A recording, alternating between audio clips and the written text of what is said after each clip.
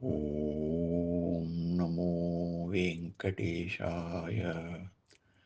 శ్రీ మహాగణాధిపతయే నమః. శ్రీరామకృష్ణ గురవే నమః.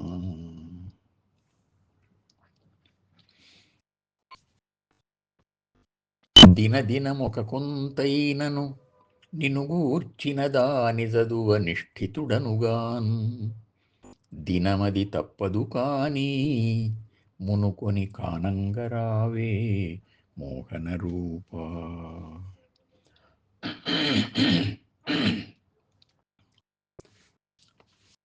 సమస్త సృష్టిని ఆకర్షించే సమగ్ర సౌందర్య స్వరూప వెంకటేశ్వర, నిన్ను గురించి ఎంతో కొంత ప్రతిరోజు చదవాలని ఒక నియమం పెట్టుకొని మర్చిపోకుండా చదువుతున్నాను. అది తప్పకుండా రోజులైతే పద్ధతిగా నడుస్తున్నాయి, కానీ నీవు మాత్రం కనిపించడం లేదు. కనిపించే సూచన కూడా కనిపించడం లేదు. కరుణించి నా అజ్ఞానాన్ని మన్నించి కనిపించు స్వామి అని ప్రార్థిస్తున్నాం. సత్సంగత్వే నిస్సంగత్వం, నిస్సంగత్వే నిర్మోహత్వం, నిర్మోహత్వే నిశ్చలతత్వం, నిశ్చలతత్వే జీవన్ముక్తి అని భజగోవింద స్తోత్రంలో ఉంది. జీవించి ఉండగానే ముక్తి, జీవన్ముక్తి. అది పొందడానికి మొదటి మెట్టు సత్సాంగత్యం. దానివల్ల దుస్సాంగత్యం తగ్గి క్రమంగా లోకంలోని ఆకర్షణలకు లొంగని నిర్మోహత్వం వస్తుంది. దానివల్ల నిలుకడ, ధ్యానం కుదరడం, అప్పుడు ముక్తి లభిస్తుంది. అయితే సత్సాంగత్యం చేయాలి అంటే ఎవరు సజ్జనులో ఎలా తెలుస్తుంది? అంతా మంచివాళ్లలాగానే కనిపిస్తారు. ఎక్కడో స్వార్థం పనిచేసి తిరిగి లోక వ్యవహారంలో, లోకమోహంలో పడిపోతాం. ఒక మహాత్ముడు చెప్పినట్లు సత్యంతో సాంగత్యమే సత్సాంగత్యం. అంటే సత్యమైన భగవంతుణ్ణి గురించి బోధించే గ్రంథాలను చదవడం అన్నమాట. నాకు ఈ రహస్యాన్ని తెలియజెప్పిన మహాత్ముడు శ్రీ చిల్లకూరి లక్ష్మణయోగి గారు. వారు చెప్పినట్లు ప్రతిరోజు ఏదో ఒక ఆధ్యాత్మిక గ్రంథం, భారతము, భాగవతము, రామాయణము, భగవద్గీత, ఇంకా శ్రీ రామకృష్ణుల వంటి మహాత్ముల జీవిత చరిత్ర, వారు చేసిన బోధలో, శ్రీ రమణాశ్రమ లేఖలో ఏదో ఒకటి కనీసం 5 నిమిషాలు చదవడం ఒక నియమంగా పెట్టుకొని కొన్ని సంవత్సరాల పాటు రోజు గుర్తు రాసుకొని చదవడం వీలు కానప్పుడు ఆ తర్వాత దానికి ప్రాయశ్చిత్తంగా జపం చేస్తూ ఇలా సత్సాంగత్యం, సద్గ్రంథ సాంగత్యం అనే నియమాన్ని పాటిస్తూ వచ్చాను. ఇంకా స్వామి దర్శనం స్థిరంగా అనుగ్రహించలేదే, స్వామి దర్శనం కలుగలేదే అనేది జీవుని ఆవేదన. ఇక్కడ ఒక క్షణం ఆలోచించవలసి ఉంది.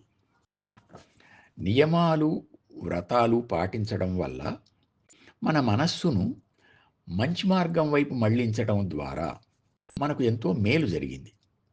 అయితే గత జన్మల సంస్కారం ఇంకా గట్టిగా పట్టి ఉండడం వల్ల స్వామి దర్శనం కొంత ఆలస్యం అవుతోంది. ఇలా ఎంతకాలం? ఈ కాలాల లెక్క మన చేతిలో లేదు. మరుక్షణమే ముక్తి రావచ్చు. వచ్చేంత వరకు సాధన సాగించడమే మన కర్తవ్యం. విష్ణు పురాణంలో ఒక మార్గం చెప్పారు. స్వాధ్యాయాద్యోగమాసీత, యోగాత్ స్వాధ్యాయమావసేత్, స్వాధ్యాయ యోగ సంపత్యా పరమాత్మా ప్రకాశతే అని.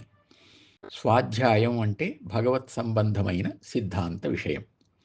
దీన్ని ఇంగ్లీష్లో థియరీ అనవచ్చు. దాన్ని ఆచరణలో పెట్టడమే యోగం అంటే, ప్రాక్టికల్ అన్నమాట.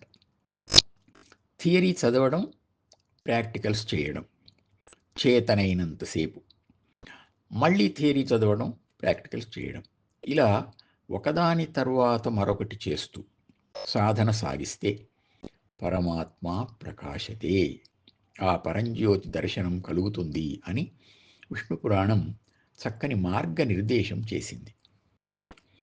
తైత్రీయ ఉపనిషత్తు భృగువల్లిలో తపసా బ్రహ్మ విజిజ్ఞాసస్వ తపో బ్రహ్మేతి అని ఉంది.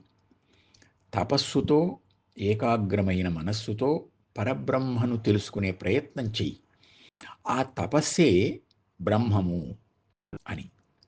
దీన్ని బట్టి సద్గ్రంథ పఠనం కూడా మనస్సు పెట్టి శ్రద్ధగా చేస్తే, ఆ పఠనం సాగించినంతసేపు మనం బ్రాహ్మీ స్థితిలో ఉన్నట్లే.